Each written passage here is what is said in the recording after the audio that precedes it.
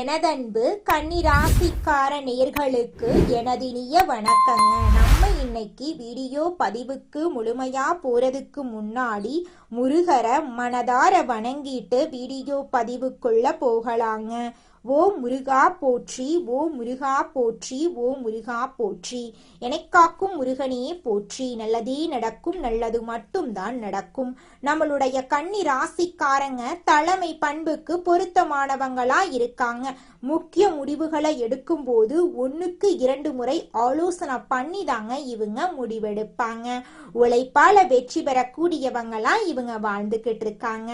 கடவுளை மட்டும்தாங்க கண்மூடித்தனமா நம்புவாங்க. வேற யாரையும் இவங்க நம்ப மாட்டாங்க.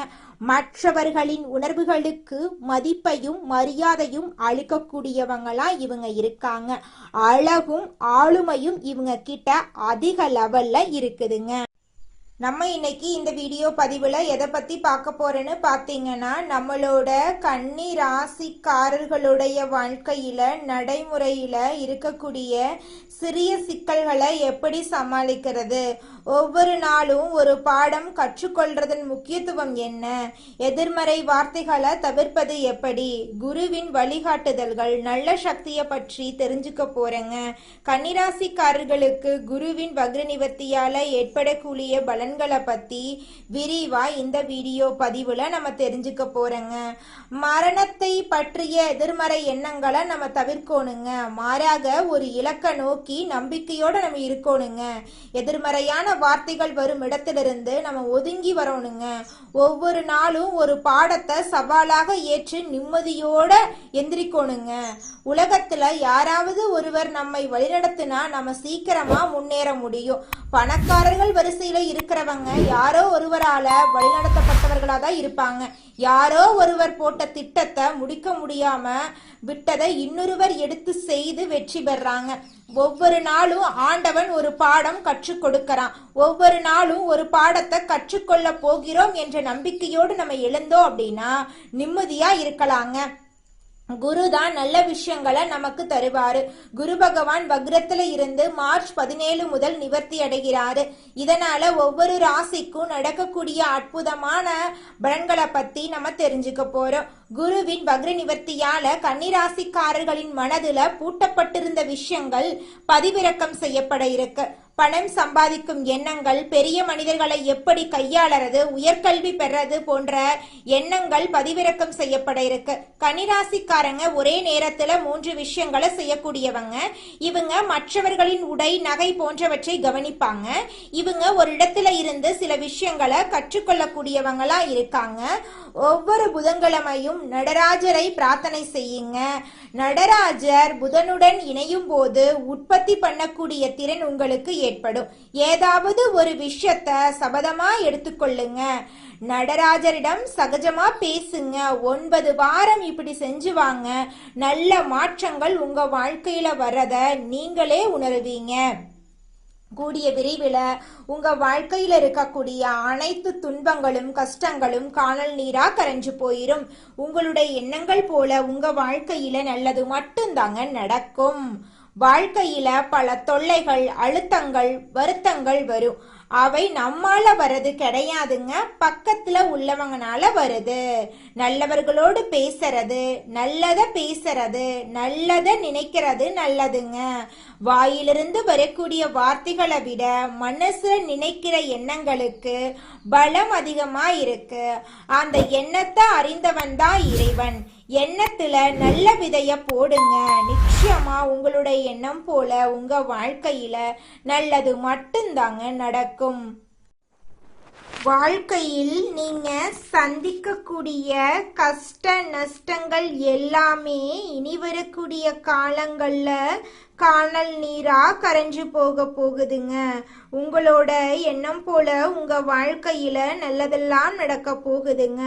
வாழ்க்கையில் சந்திக்கும் கஷ்ட நஷ்டங்களை அனுபவமாக எடுத்துக்கொள்ளும் திறமையுடைய கன்னி ராசிக்கார அன்பர்களே, இந்த மாதம் உங்களுடைய வாழ்க்கையில் இருக்கக்கூடிய எதிர்ப்புகள் விலகுங்க.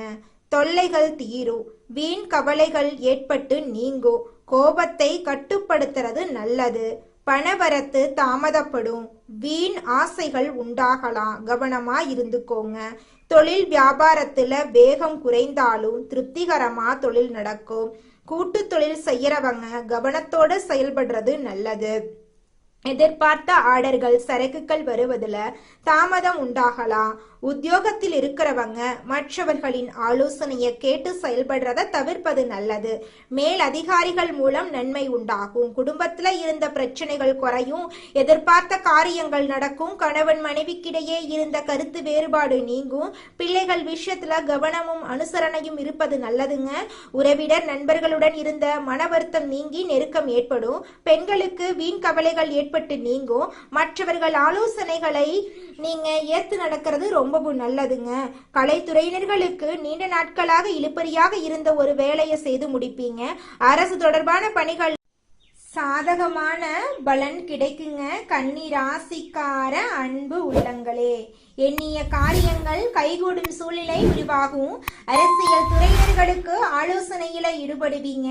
தேவையான நிதியுதவி கிடைக்க வாய்ப்பிருக்க. பணிசுமை குறைந்து காணப்படும்.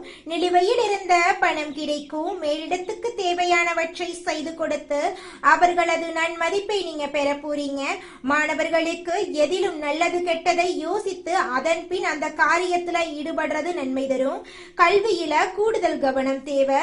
உங்களுடைய ஆசைகள் கனவுகள் எல்லாமே கூடிய விரைவில் நடக்க போகுதுங்க. அடுத்ததாக நம்முடைய கன்னி ராசியில் இருக்கக்கூடிய ஒவ்வொரு நட்சத்திரக்காரர்களுக்கும் இந்த மாதம் எப்படி அமைஞ்சிருக்குன்னு தெரிஞ்சுக்கலாங்க. நம்மளுடைய கன்னி ராசியில் இருக்கக்கூடிய முதலாவது நட்சத்திரம் உத்திரம் 2, 3, 4 பாதங்கள். உங்களுக்கு இந்த மாதம் எப்படி அமைஞ்சிருக்குன்னு தெரிஞ்சுக்கலாங்க. இந்த மாதம் எதிர்பார்த்த காரியங்கள் உங்களுக்கு சாதகமா இருக்குங்க. குடும்பத்துல சுபகாரியங்கள் நடக்குங்க. வேலை தேடிக்கொண்டிருக்கிறவங்களுக்கு நல்ல சம்பளத்தோட உங்களுக்கு பிடித்த வேலை உங்களுடைய தகுதிக்கு ஏற்றால் போல கிடைக்க போகுதுங்க. வெளிநாட்டிலிருந்து நல்ல தகவல்கள் வந்து சேர போகுதுங்க. உங்களுடைய குடும்பத்துல இது நாள் வரைக்கும் தடைபட்ட அனைத்து காரியங்களுமே இனி வரக்கூடிய காலங்கள்ல தங்கு தடையின்றி நடக்க போகுதுங்க. உங்களுடைய கனவுகள் எல்லாமே நிறைவேற போகுதுங்க. அடுத்ததாக நம்முடைய கன்னி ராசியில் இருக்கக்கூடிய நட்சத்திரம் அஸ்தம். உங்களுக்கு இந்த மாதம் எப்படி அமைஞ்சிருக்குன்னு தெரிஞ்சுக்கலாங்க. இந்த மாதம் அலைச்சல் இருக்கும். சிலர் கொடுத்த வாக்க காப்பாற்ற முடியாம திண்டாட வேண்டிய நிலை ஏற்படலாம். உங்கள் குழந்தைகளால சிற்சில பிரச்சனைகள் வரலாம். அதற்காக உங்களின் குழந்தைங்க மேல ஆத்திரம் கொள்ள வேண்டாங்க. உத்தியோகஸ்தவர்களுக்கு வேலையில் வரும் கஷ்டங்களை தாங்கிக் கொள்ளக்கூடிய தைரியம் அதிகரிக்க போகுது. திருமணம் ஆகாதவர்களுக்கு திருமண தடை நீங்கி உங்களுக்கேற்ற சரியான வாழ்க்கை துணையோடு திருமணம் நடக்க போகுதுங்க. குழந்தை பாக்கியம் இல்லாதவர்களுக்கு குழந்தை பாக்கியம் கிடைக்க போகுதுங்க.